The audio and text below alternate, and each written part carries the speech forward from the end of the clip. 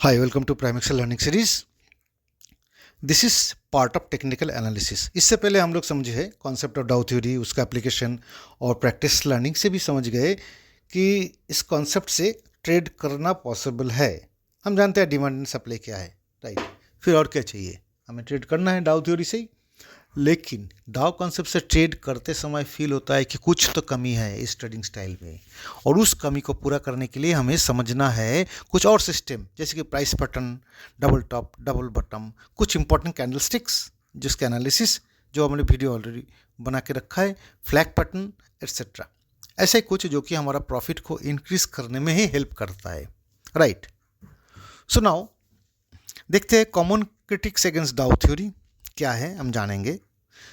Then roll up price action, then double top, double bottom. So इस video में हम double top cover करेंगे, next video में आएगा price action, roll up price pattern, not roll price action, roll up price pattern.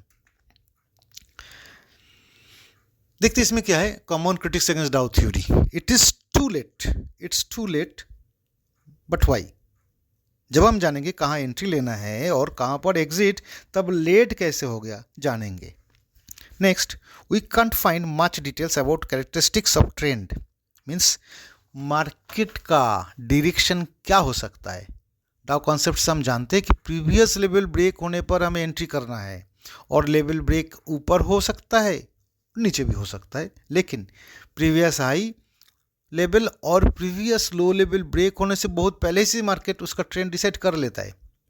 Level आने से बहुत पहले जो ट्रेड होता है उसकी जानकारी हमें नहीं मिलता डाउ से, जो कि हमारा प्रॉफिट पर इफेक्ट करेगा, सिर्फ और डाउ के ऊपर हम डिपेंड करेंगे। तो सो वो एक जैसे कि चार्ट है आपके सामने, जिस पर 2-3 साल का डेटा दिख रहा है, जिसमें जहाँ पर लेवल ब्रेक हुआ है वहाँ एक ब्लैक लाइन से मार्किंग करके रखा है इसमें, है राइट।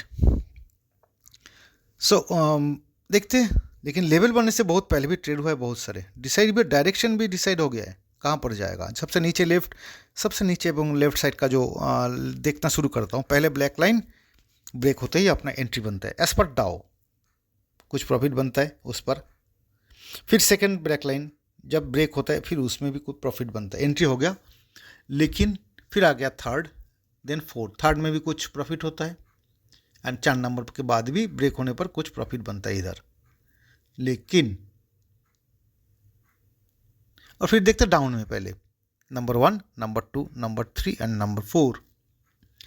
ब्रेक होने से पहले तो बहुत से, लेकिन जो ब्रेक हुआ है अप ट्रेंड से डाउन ट्रेंड बना है ना, ब्रेक इधर हुआ है और उससे पहले ट्रेंड चेंज हुआ है। सो ब्रेक होने से पहले ही डिसाइड हो गया कि किस समय का डायरेक्शन से लेवल ब्रेक होगा। अगर पहले से हमें पता लग जाए कि कहाँ से ट्रेंड डिसाइड हो रहा है, तब हमारा ट्रेड सक्सेसफुल एंड इफेक्टिव होने का प्रोबेबिलिटी ज़्यादा होगा, जो कि रेट ऑफ सक्सेस पर दिखाई देगा हमें। सो डाउ कॉन्सेप्ट से इसकी जानकारी हमें बिल्कुल नहीं मिलता है, कहाँ पर मार्केट वीक और कहाँ पर मार्केट स्ट्रांग है, ये सब हम नहीं जान पाएंगे। इसलिए हमें और कुछ जानकारी चाहिए जिससे हमें मार्केट का direction, strength and trend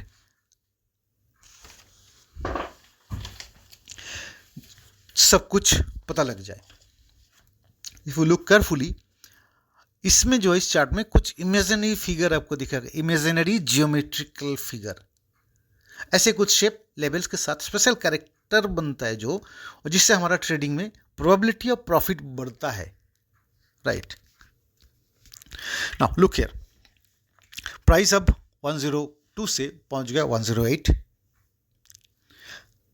then फिर नीचे आ गए 105, और 105 से फिर ऊपर पहुंच गए, राइट। सो इससे हमें पता लगता है, जब ऊपर से नीचे आता है तभी हमें पता लगता है इधर जो है sellers are ready to sell, supplies are available, है ना। क्योंकि जब यहाँ पहुँचता है सेलर सेल कर देते हैं, मतलब सप्लाई लेके बैठा हुआ है। फिर जब 105 से फिर से ऊपर गया और फिर वहाँ से 108 तक पहुँचा और फिर नीचे आ गए, that means it is a sellers zone.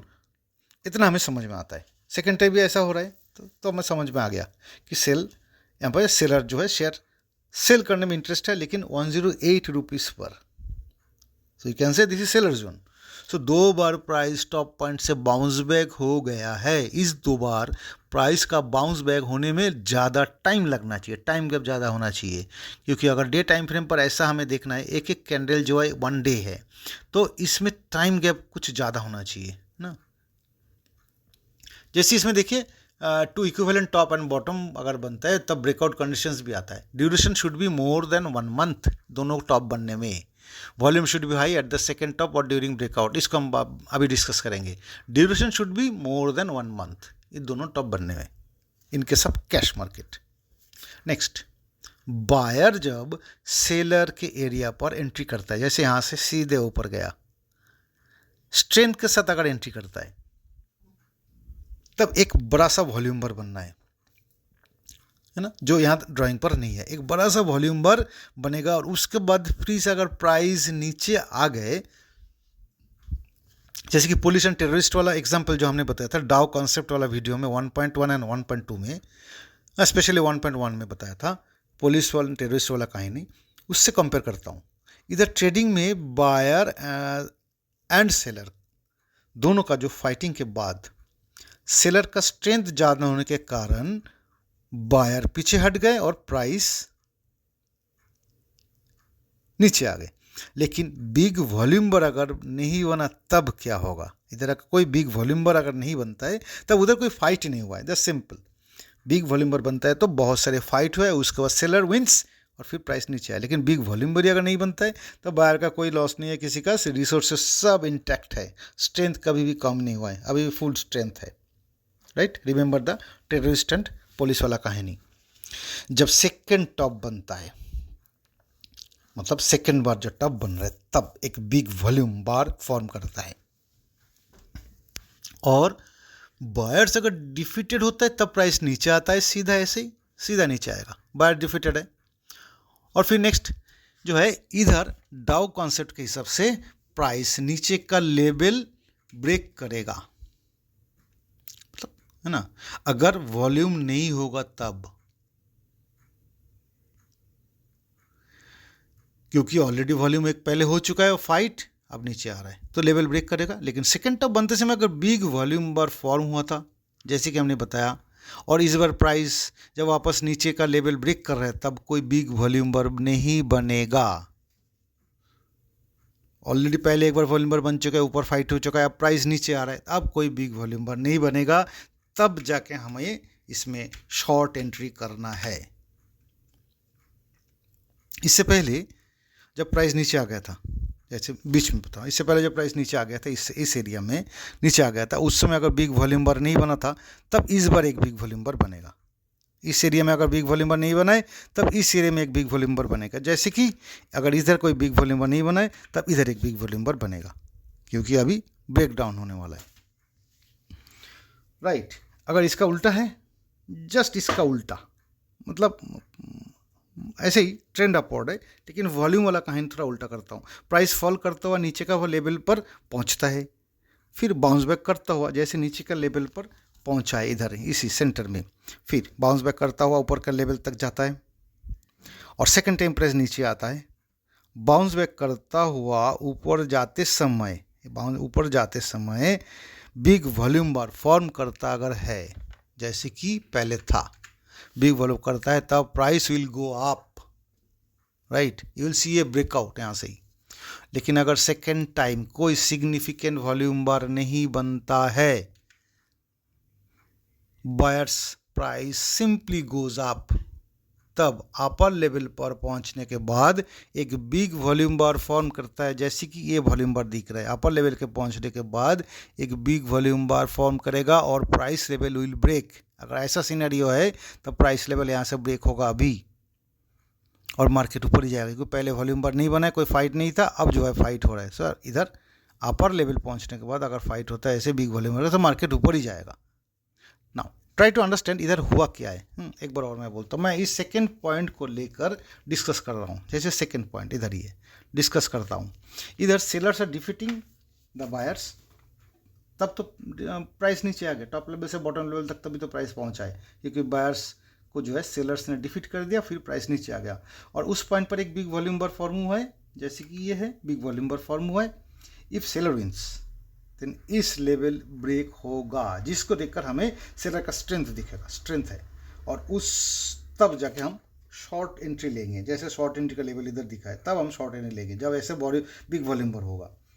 This is the effect of, and this is the effect of double top. Now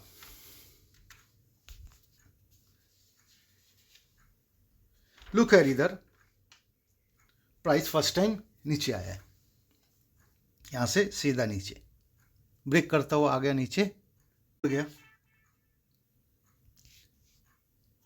और फिर ऊपर से सेकंड टाइम नीचे आ गए। सेकंड टाइम जब नीचे एक बिग वॉल्यूम पर बना,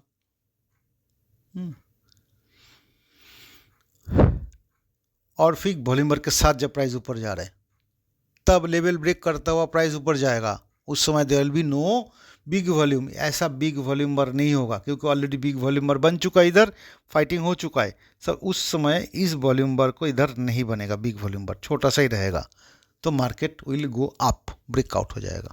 अगर सेकंड टाइम प्राइस नीचे से ऊपर जाते समय एक छोटा सा वॉल्यूम बार बनाता है, इसको छोटा मान लेता हूँ, छोटा सा वॉल्यूम बार बनाता है, तब ऊपर लेवल ब्रेक करते समय एक बिग वॉल्यूम बार बनेगा, राइट। इधर अगर नहीं बनता है तो इधर बनेगा, और इस दोनों कंडीशन के साथ लेवल जब ब्रेक होगा तब हमें इधर एक बाय एंट्री लेना है, इधर एक बाय एंट्री करना है। This is double bottom effect. So level break के समय का वॉल्यूम बार कैसा होना चाहिए, इसकी जानकारी हमें हो गया, राइट। ओके, लाइव मार्केट पर जब डबल बॉटम बनता है तब हमें ऐसा सिनेरियो दिखकर जो हमें ट्रेड लेना है ना, इस वॉल्यूम बार से इधर लेवल ब्रेक होगा ही।